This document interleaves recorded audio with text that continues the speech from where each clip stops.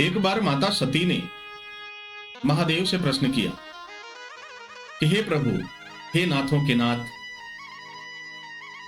मेरे मन में एक प्रश्न उठ रहा है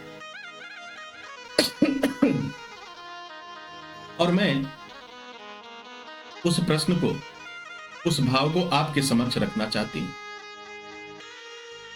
मैं यह जानती हूं कि यह संसार प्रेम तत्व से बंधा हुआ है। मैं यह जानती हूं कि प्रेम तत्व न हो तो यह जीवन का संचार नहीं हो सकता, क्योंकि प्रेम तत्व से ही दया का भाव उत्पन्न होता है, प्रेम तत्व से ही करुणा का भाव उत्पन्न होता है, प्रेम तत्व से ही सत्कर्म उत्पन्न होते हैं। परंतु मेरे मन में जो शंका है वह ये है, सच्चा प्रेम क्या है? सत्य जो प्रेम का स्वरूप है वह कैसा है? मेरे मन में ये बार बार ये भाव उठ रहा है। तो हे प्रभु, मैं उस सच्चे प्रेम के बारे में जानना चाहती हूं। जैसे माता सती ने यह प्रश्न किया, भगवान भोलेनाथ के आंखों में आंसू आ।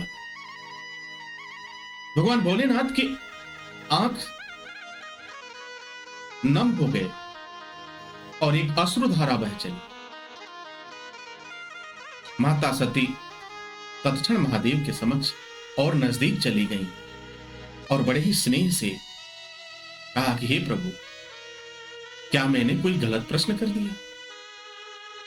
मैं क्षमा चाहती हूं। मेरे प्रश्नों से आपकी आंखों में अश्रुधारा आ गई, आपकी आंखों में नमी आ गई। मैं इसे कदापि सहन नहीं कर सकती। मैं आपको मुस्कुराता हुआ देखना चाहती हूं, मैं आपको खुशहाल देखना चाहती हूं, मैं आपको आनंद के स्वरूप में देखना चाहती हूं, मैं आपको आनंद कंद के रूप में देखना चाहती हूं, लेकिन मैं रोते हुए नहीं देखना चाहती। महादेव ने धीरे से मुस्कुराया। महादेव ने कहा, हे देवी, ये तो खुशी के आंसू हैं और ये आपका जो स्नेह है, आपका जो प्रेम है, उस प्रेम से मेरा मन भर गया। मेरे मन में वह आनंद की उत्पत्ति हुई, मेरे मन में वह प्रेम का संचार हुआ। और जब प्रेम का संचार होता है देवी, तो आंखों से अश्रुधारा तो बह निकलती है, आंखों से आंसू की धारा बह निकलती है, और यह अविरल धारा हमारे प्रेम तत्व को प्रदर्शित करती है। ये देवी, आज जो आपने प्रश्न किया, इस प्रश्न से मुझे परम आनंद की प्राप्ति हुई, मुझे परम सुख की प्राप्ति हुई। परंतु हे देवी, इसके साथ साथ मुझे परम कष्ट का भी अनुभव हुआ, मुझे दुख का भी अनुभव हुआ, मुझे पीड़ा भी हुई, मुझे दर्द भी हुआ। माता सती और व्याकुल हो गई। माता ने प्रश्न किया कि हे प्रभु, आनंद का विषय तो मैं समझ पा रही हूं, लेकिन दुख का विषय, पीड़ा का विषय मैं नहीं समझ पा रही। भगवान भोलेनाथ ने निवेदन करते हुए कहा कि हे देवी, यदि आपकी इच्छा हो तो मैं आपसे कुछ कहना चाहता हूं। हे देवी, यदि आपकी इच्छा हो, क्या आप मुझे देंगी? मैं आपसे एक वचन चाहता हूं। माता सती के मन में कई तरह के भाव उमड़ने लगे। माता सती ने तत्क्षण कहा कि हे प्रभु, मेरे जीवन का हर एक क्षण, हर एक पल, यह मेरा समस्त शरीर, समस्त रोए, सब आप ही का तो है। तो वचन क्या चीज होता? हे प्रभु ने संकोच कही। महादेव ने कहा कि हे देवी, आनंद का विषय तो मैंने बता दिया, लेकिन जो दुख का विषय है, मुझे वचन दीजिए कि आज के बाद आप इस बारे में कोई प्रश्न नहीं करेंगे, इस संदर्भ में मुझसे कोई प्रश्न नहीं करेंगे। माता ने वचन दिया, हे प्रभु, मैं आपको वचन देती हूं, आज के बाद मैं इस पीड़ा के संदर्भ में, इस दुख के संदर्भ में आपसे कोई प्रश्न नहीं करूंगा। महादेव मुस्कुराते हुए महादेव ने कहा, हे देवी, इसका उत्तर भी मैं दूंगा, समय आने पर इसका उत्तर भी दूंगा। मैंने क्यों कहा था, लेकिन मैंने जो मांगा आपने दिया, आज मैं धन्य हो गया। आपकी इस छवि पर, आपकी इस सरलता पर मैं मोहित हो जाता। हे देवी, आपने प्रश्न किया कि सच्चा प्रेम क्या है, वास्तविक प्रेम क्या है? क्या एक दूसरे को मानना सच्चा प्रेम है? क्या एक दूसरे को पसंद करना सच्चा प्रेम है? यदि सच्चे प्रेम की परिभाषा की बात की जाए तो हे देवी, किसी को मानना प्रेम नहीं है। वह तो कोई ना कोई स्वार्थ होगा, स्वार्थ के वशीभूत होकर के हम किसी को पसंद करते हैं।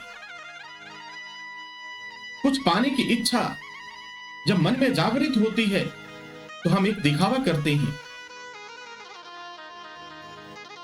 यह एक आकर्षण है, यह प्रेम नहीं है। आकर्षण और प्रेम दोनों ही अलग अलग तत्व हैं। आकर्षण को बुद्धि और विवेक से समझा जाता है और प्रेम को हृदय से समझा जाता है, अंतर्मन से समझा जाता है, अंतरात्मा से समझा जाता है। हे देवी, मुझे परम सुख का आनंद प्राप्त हुआ। आपके इस प्रश्न ने मुझे परम आनंद प्रदान किया। और हे देवी, इस संवाद को जो भी प्राणी सुनेगा, जो भी जीव सुनेगा, वह अकाल मृत्यु से वंचित हो जाएगा और वह जीवन में प्रेम तत्व का आनंद लेते हुए अपने जीवन की यात्रा को पूर्ण करेगा। उसके जीवन से प्रेम तत्व कभी समाप्त नहीं होगा। और ऐसा प्रेम जो अखंड प्रेम होगा, जो अटल प्रेम होगा, जो कभी खंडित नहीं हो सकता, और उस प्रेम में कोई भी व्यक्ति दरार नहीं डाल सकता। यह शरीर भले ही समाप्त हो जाए लेकिन वह प्रेम तत्व समाप्त नहीं होगा। यह जीवन भले ही समाप्त हो जाए लेकिन वह प्रेम तत्व कभी समाप्त नहीं होगा। अगर वह सच्चा प्रेम है तो समाप्त नहीं होगा। तो हे देवी, आपने जो प्रश्न किया कि सच्चा प्रेम क्या है, तो आप मन को एकाग्र करके, चित्त को एकाग्र करके इस परम गोपनीय रहस्य को सुनिए। क्योंकि शास्त्रों ने अनुमोदन किया, कुछ ऐसे तत्व होते हैं जिसे सार्वजनिक रूप से नहीं उजागर किया जाता, लेकिन आपने जीवन के कल्याण के लिए, मानव जीवन के कल्याण के लिए प्रश्न किया, तो मैं यह प्रश्न, इसका उत्तर दे रहा हूं। इसमें मृत्यु लोक के जीवों का कल्याण है, जो प्रेम तत्व को समझने में उनकी सहायता करेगा। हे देवी, प्रेम तत्व जो है, जो सच्चे प्रेम की बात करते हैं, यदि किसी व्यक्ति से प्रेम हुआ तो वह हर क्षण उसी के बारे में सोचता है।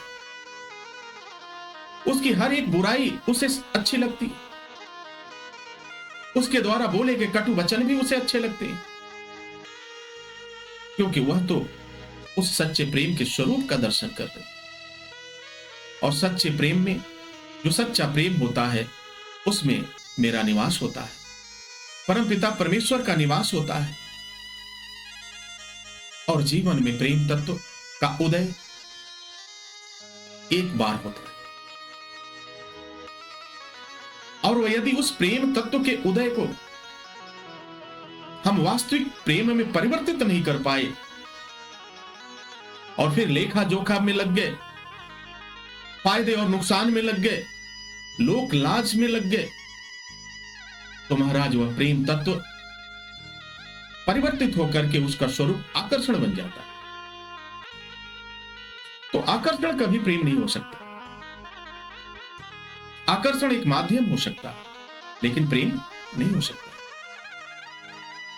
हे देवी, प्रेम तो अटल है। यदि किसी जीव से आपका प्रेम हुआ तो वह प्रेम तत्व जीवन की यात्रा समाप्त होने तक बनी रहती है। मन उसके पास रहता है और मन में हर क्षण वही दिखाई देता है। वही तो वास्तविक प्रेम है। सच्चे प्रेम में जो भी जीव, सच्चे प्रेम की अगर मैं परिभाषा की बात करूं, माता सीता और भगवान श्री राम का प्रेम एक सच्चा प्रेम है। माता सती का प्रेम एक सच्चा प्रेम है। कलयुग में ऐसे भी लोग होंगे जो प्रेम के सत्य सिद्धांत को समझेंगे और प्रेम तत्व को समझते हुए अपने जीवन यात्रा को सफल अपने पूर्ण करेंगे। तो हे देवी, यह जो प्रेम तत्व है वह प्रेम तत्व अपने आप में अविचल है, अविनाशी है और यह अखंड है। यह प्रेम तत्व कभी समाप्त होने वाला नहीं है। प्रेम तत्व को ही धारण करके लक्ष्मी इस संसार का कल्याण करती हैं। प्रेम तत्व को ही धारण करके आप अन्नपूर्णा देवी के कार्यों का निर्वहन करती हैं, लोगों का भरण पोषण करती हैं। हे देवी, यह वास्तविक प्रेम है। यह प्रेम की उस सच्चाई और पराकाष्ठा को व्यक्त करता है जो अपने आप में अद्वितीय है, अपने आप में अखंड है। तो आप अपने मन में तनिक भी इस तरह का भाव न रखें कि कलयुग का जो प्रेम होगा वो वास्तविक प्रेम होगा या नहीं। तो अगर इस संदर्भ में हम बात करें तो हे देवी, कलयुग का प्रेम जो वास्तविक प्रेम होगा वो बहुत कम लोगों में देखने को मिलेगा। वास्तविक प्रेम सिद्ध संतों में मिलेगा। वास्तविक प्रेम निष्पाप ब्राह्मण में मिलेगा। वास्तविक प्रेम निष्कलंक मन में मिलेगा। लेकिन आकर्षण की बात करें तो आकर्षण तो आपको हर जगह मिलेगा, हर क्षण मिलेगा, क्योंकि आकर्षण जो होता है वह तो स्वार्थ से वशीभूत होता है। आकर्षण जहां भी होगा उसमें कुछ न कुछ प्राप्त करने की इच्छा होगी। कोई स्त्री धन प्राप्त करने के लिए अपना स्वरूप प्रदर्शित करेगा, कोई पुरुष धन प्राप्त करने के लिए अपने स्वरूप को दिखाएगा, कोई धन को प्राप्त करने के लिए स्वरूप दिखाएगा, कोई कुछ न कुछ प्राप्त करने के लिए स्वरूप दिखाएगा। तो हे देवी, कलयुग का जो प्रेम होगा वह एक दिखावे का स्वरूप होगा, वास्तविक प्रेम नहीं होगा। कलयुग में बहुत से ऐसे पति पत्नी होंगे जो प्रेम का दिखावा करेंगे। बहुत से ऐसे जीव होंगे जो सिर्फ दिखावा करेंगे। उनका प्रेम सिर्फ दिखावा बन जाएगा। वह वास्तविक प्रेम से कोसों दूर होंगे, वह सच्चे प्रेम से कोसों दूर होंगे, क्योंकि उनके मन में न तो दया का भाव होगा, न तो करुणा का भाव होगा। वह अपने इस शरीर के सुख को पूर्ण करने के लिए, अपने शारीरिक सुख को पूर्ण करने के लिए वह हर कर्म करेंगे, हर कर्तव्य करेंगे। और जब इस शरीर को सुख प्रदान करोगे तो तुम सच्चे प्रेम से वंचित हो जाओ। जब इस शरीर को प्रेम प्रदान करने के लिए आकर्षण का सहारा लोगे तो महाराज सच्चा प्रेम तो समाप्त हो जाए। हे देवी, प्रेम तत्व अपने आप में अविनाशी है। प्रेम तत्व में परमपिता परमेश्वर का वास होता है। प्रेम तत्व में मां जगदंबा का वास होता है। तो हे देवी, अपने मन में तनिक भी ये चिंता न करें और तनिक भी लेश मात्र भी संदेह न करें। और जो सच्चा प्रेम है इसकी परिभाषा आप तो समझ गए। ऐसे प्रेम तत्व को धारण करने वाले होंगे जिनके लिए चारों पहर 24 घंटे उसी प्रेम तत्व में वह विरत रहे। आपने उन संतों को देखा होगा जो हिमालय की कंदराओं में रहते हैं, उन्हें इस सांसारिक मोह माया से कोई लेना देना नहीं है। वह अपने धुन में रहते हैं। ना तो उन्हें वस्त्र की चिंता, न तो उन्हें इस शरीर की चिंता, न तो भोजन की चिंता, किसी वस्तु की चिंता नहीं महाराज। और वास्तविक प्रेम उनके पास निवास करता है, और उस वास्तविक प्रेम की वजह से ही उनके सारे कर्म सिद्ध होते हैं, उनके सारे कार्य सफल होते हैं। तो हे देवी, जो सत्य प्रेम की परिभाषा है, जो सच्चे प्रेम की परिभाषा है, यही परिभाषा है जो अपने आप को पूरी तरह से समर्पित कर दे, अपने शरीर को पूरी तरह से समर्पित कर दे उस ईश्वर के लिए। वही तो सच्चा प्रेम है। प्रेम में कोई स्वार्थ नहीं होता, प्रेम में कोई अंकुश नहीं होता, प्रेम में कोई भेदभाव नहीं होता, प्रेम में कोई ऊंचा नीचा नहीं होता, प्रेम में कोई शर्त नहीं होती, प्रेम में कोई इस तरह की विडंबना नहीं होती। यह शुद्ध है या अशुद्ध है, यह ऊंचा है या नीचा है, यह बड़ा है या छोटा है, यह धनी है या गरीब है, इस तरह की भावनाएं सच्चे प्रेम में नहीं होती। ये देवी जरा देखिए, जब प्रेम से आनंदित होते हैं, ये जितने भी पेड़ पौधे हैं, जब प्रेम से आनंदित होते हैं तो हवा के रूप में झूम करके बहना प्रारंभ कर देते हैं, जिसे हम वायु का बहना कहते हैं। यह प्रेम तत्व ही तो है। जहां भी आप हवा का बहना आप देखती हैं, वह दिखाई तो नहीं देता है, लेकिन अनुभव होता है। तो प्रेम तत्व, सच्चा प्रेम दिखाई तो नहीं देगा महाराज, लेकिन अनुभव हो। सच्चे प्रेम में वह शक्ति होगी, सच्चे प्रेम में वह ताकत होगी कि वह कुछ भी कर सकता है। तो प्रेम तत्व को समझने के लिए आपका अंतर्मन और आपका हृदय उचित स्थान है। आपका हृदय, आपका अंतर्मन ही प्रेम तत्व को समझ सकता है।